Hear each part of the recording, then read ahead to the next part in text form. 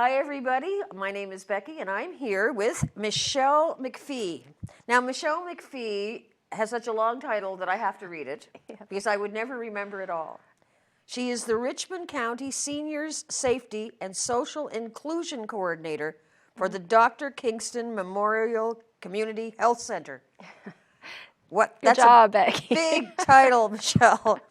But I do know about you a little bit, and I'd say that you wear that title well because you're really quite a popular person in this area. Thank you.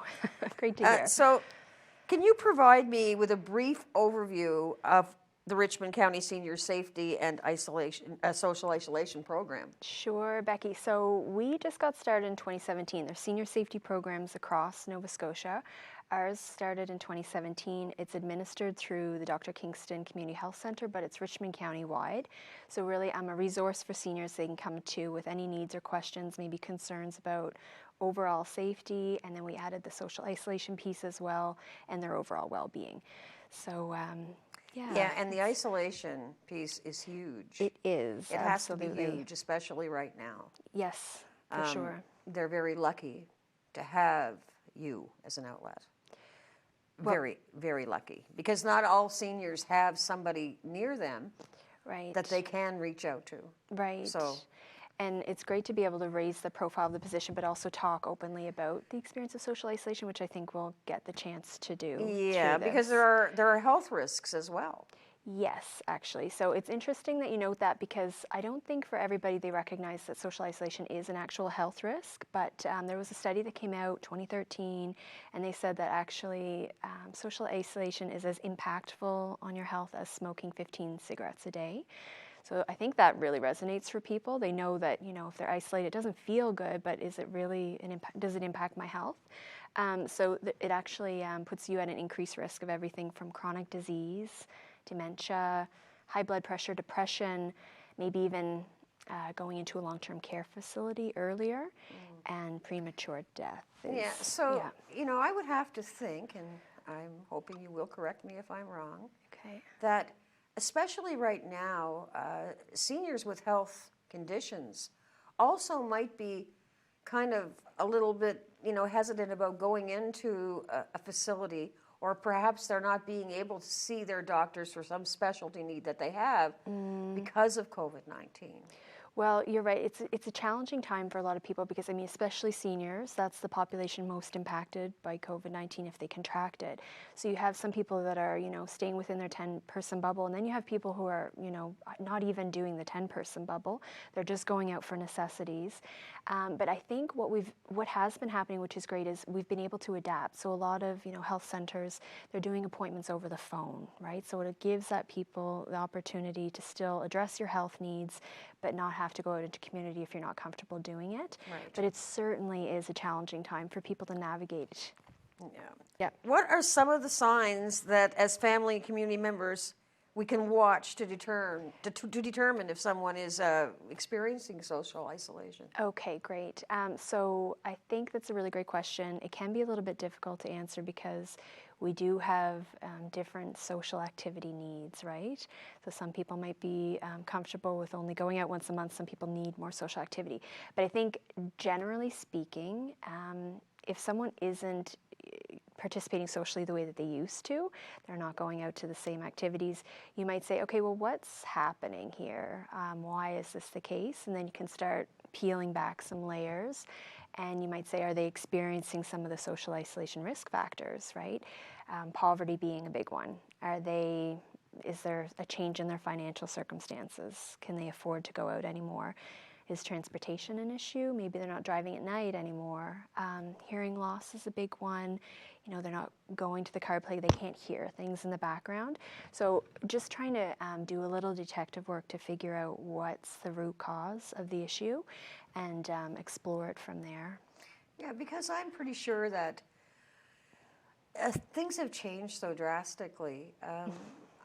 I would think that if some of these seniors, are living on a fixed income and have always done things a certain way, but were able to manage to afford it, now with things not looking the same and feeling different, it could be, both on affordability, but it could also be a bit of embarrassment. Right. And Yeah. I know that I myself can, and I probably might be like losing my mind a bit, but I notice things on social media, on Facebook, for example. I can actually tell when somebody's lonely in this older group because they're posting more, or I'm reading what they're posting. And I'm seeing, oh my, they're frightened by this. This is really bothering them. They're posting about Right. COVID numbers. They're posting about vaccinations. They're worrying about every little thing. Right. And that worry is, the stress of being inside by yourself, surrounded sometimes by a bubble of sorts. Yes. But then there are those that don't have it. Yeah. They don't have absolutely. that. They don't have that bubble. Yeah. So yeah, I mean, it's a sad situation. It absolutely can be, but I think even what you're doing, like we're having this conversation right now, it's an open conversation. The worst thing for someone to think is that you're experiencing social isolation and you're alone in that experience, because unfortunately it is fairly widespread. And it's really important to know that, when you're talking about things and you're noticing people, posting that they're feeling lonely or they're feeling isolated, that you can maybe reach out to them, even virtually. How are you doing? I haven't seen you here and there lately. Just making that in-person contact, knowing the resources that you can maybe connect them with, maybe the senior safety program, maybe 211, like creating those linkages for people. So, and just like you said, being observant and recognizing that it is a difficult time for people and trying to provide the support when you can. I go out of my way when I see older people, especially. Yes. When I see younger people too, but especially when I see older people, to say something nice to them. And it's never something that I have to find, like I don't have to search. Yeah. I can always, say, so it's so nice to see you, Yeah. Things must be rough, but, we're all here. We're in it together. Yeah, because I want them to feel like we are all a part of the same problem, because we are. We absolutely are. Because not everyone who is, it's not just the seniors who are suffering social isolation, right? Right on the money, yes, especially now, right? So anyone can experience social isolation at some point in their life, and I think that first lockdown was everybody's an opportunity for most people to get an understanding of what social isolation feels like, and it's a really heavy thing. It's no longer this abstract concept, though, that people just didn't fully understand. I think now people have a better understanding. But interestingly, youth and seniors are the populations that tend to be most impacted by social isolation, but seniors disproportionately so, and it's generally because they would experience some of those risk factors that we talked about, maybe transportation or living in poverty, unfortunately, a life transition, loss of a spouse, divorce, something like that, that would make it more likely. Right, and in that population, of course, also losing people that are, in their peer group, and not being able to go and celebrate that person's life the way they normally would. It's something that's completely untraditional for these people. No church services. That needs to be, terrible. That's terrible. Yeah. I'm hoping, and the offer is always open here to anybody in the clergy that would like to come in and do prayers. I would be more than happy to have them. Right. Any seniors group that wants to come in here and speak about what they're going through, or maybe reach out to other seniors through our lens, are always welcome to. Thank you. You are welcome here anytime. Thank you, Becky. But, great to know. So, I mean, that gets to my next question. And how can technology help to reduce social isolation? Good question. I think technology, it absolutely has a role to play. I mean, I've heard, of people, grandparents connecting to their grandchildren over social media, and it's just absolutely thrilling for people. And then to your point about people at the end of their lives, we're not able to grieve in the same way. You're not able to be at the hospital bedside with people. So technology is sometimes there for people who are unable to be there in person. So that's hugely significant.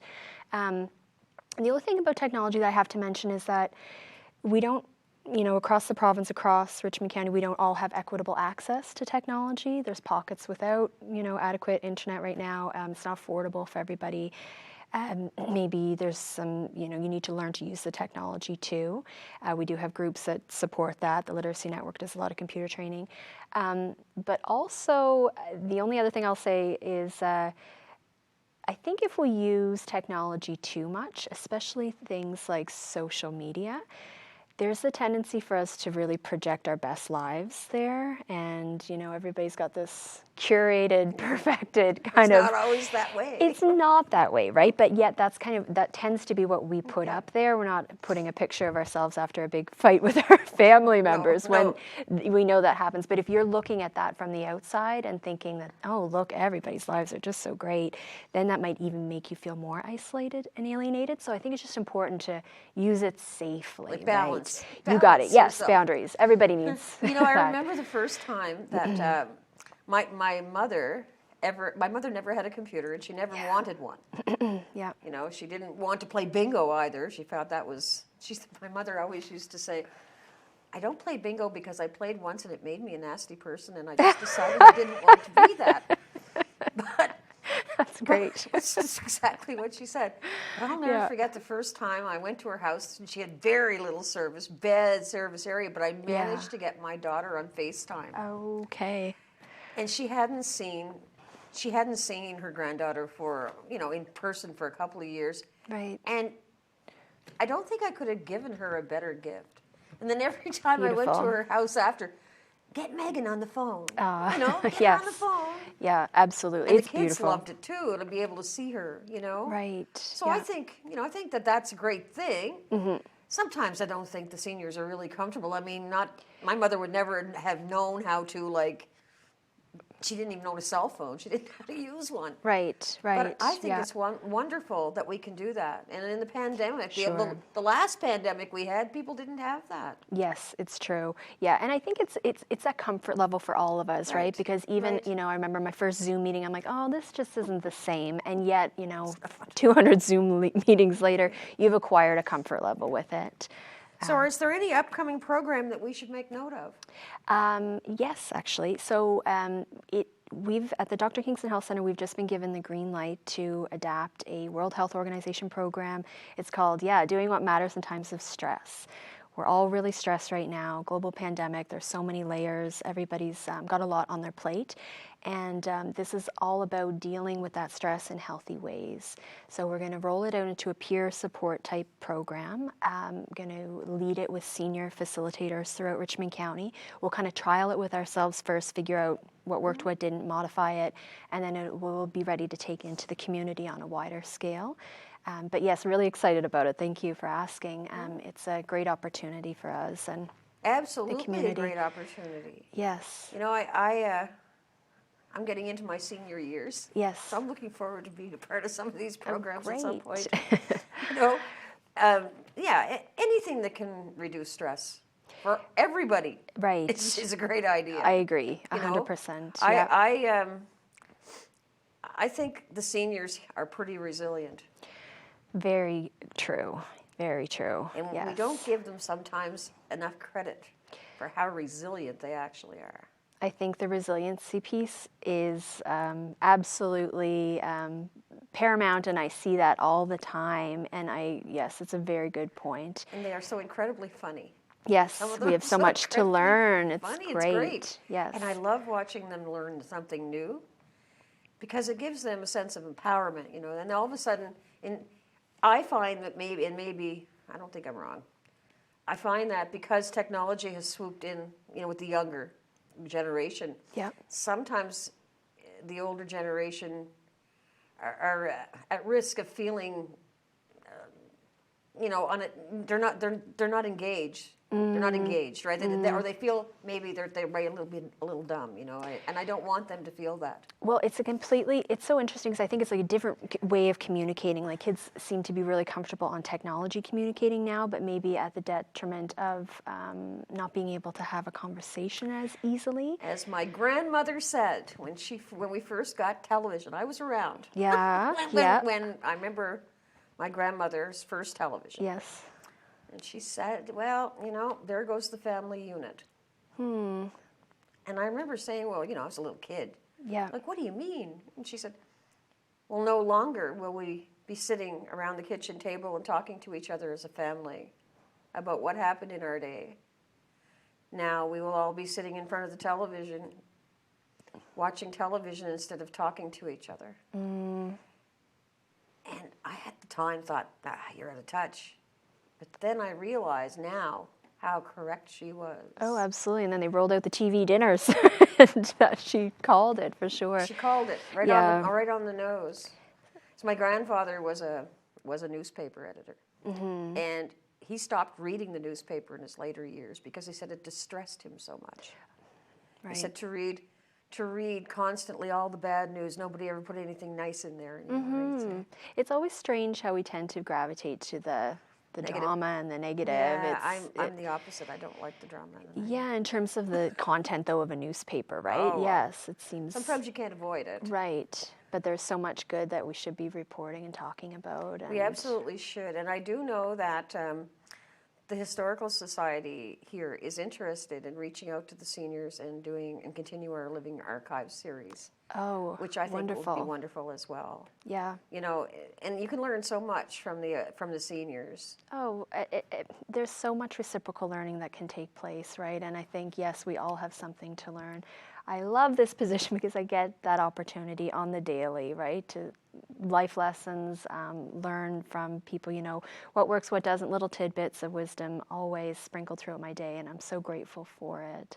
Well, I'm sure that, and because you're open to them. Not everybody is, you know.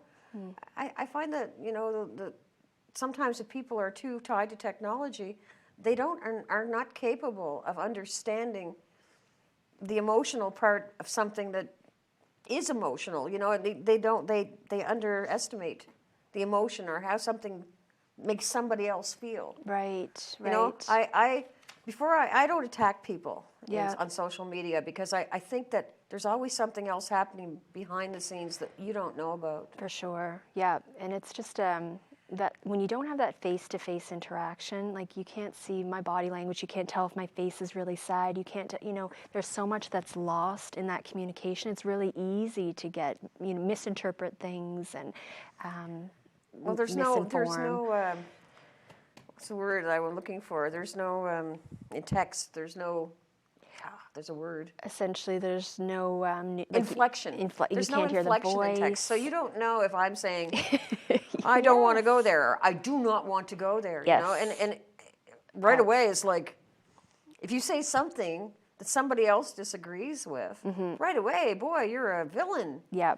And think about the person on the other side of the keyboard. I mean, you know, just because I've always been a person who believes that if you want to believe that, that's completely up to you. Who am I to change your mind? And why would I? Right, yeah. Everybody, you know, you has the right to think what they want. Right, well, yeah, I think it's always good to have those boundaries in place in terms of knowing, like, how you feel. Like, is it going to, what are you going to gain from engaging in that kind of online it's a negative place for me personally. I mean, others may thrive on that. I do not. Yeah. But I mean, then you have the seniors that are looking on at these interactions and thinking, "Oh my, you know, what's going on What's here? happening? What am I missing?" You know, it's bad enough that the English language is changing into words like probably instead of probably. You know, I look at that. News to me. Thank you, Becky. Good to know. You know, that's true. Yeah. I see the way the English language is being changed, you know, and sometimes what I'll do just to amuse my children or the younger people in my life, I'll make note of them and I'll use every one of them in a sentence someday towards them and they just lose it laughing. I mean, they know why I'm doing it, being sarcastic. Yeah. But I mean, you know, got to go with the flow. Yeah. Anyway, Michelle, anytime you would like to come back here on any topic, you are always welcome. Oh, thank you. And please, you know, if you need to get a message out or we can help you share it, let us know. So appreciative. I don't know if maybe we could put my contact information on the screen before after. Great. That would be absolutely wonderful. Can. And I encourage any senior who needs any help whatsoever to contact Michelle because from what I've seen of Michelle over the past few years, she's absolutely the right person for this job. Well, thank you, Becky, and thanks so much for helping to, get the program out on a wider scale and just to be able to speak to some of the specifics.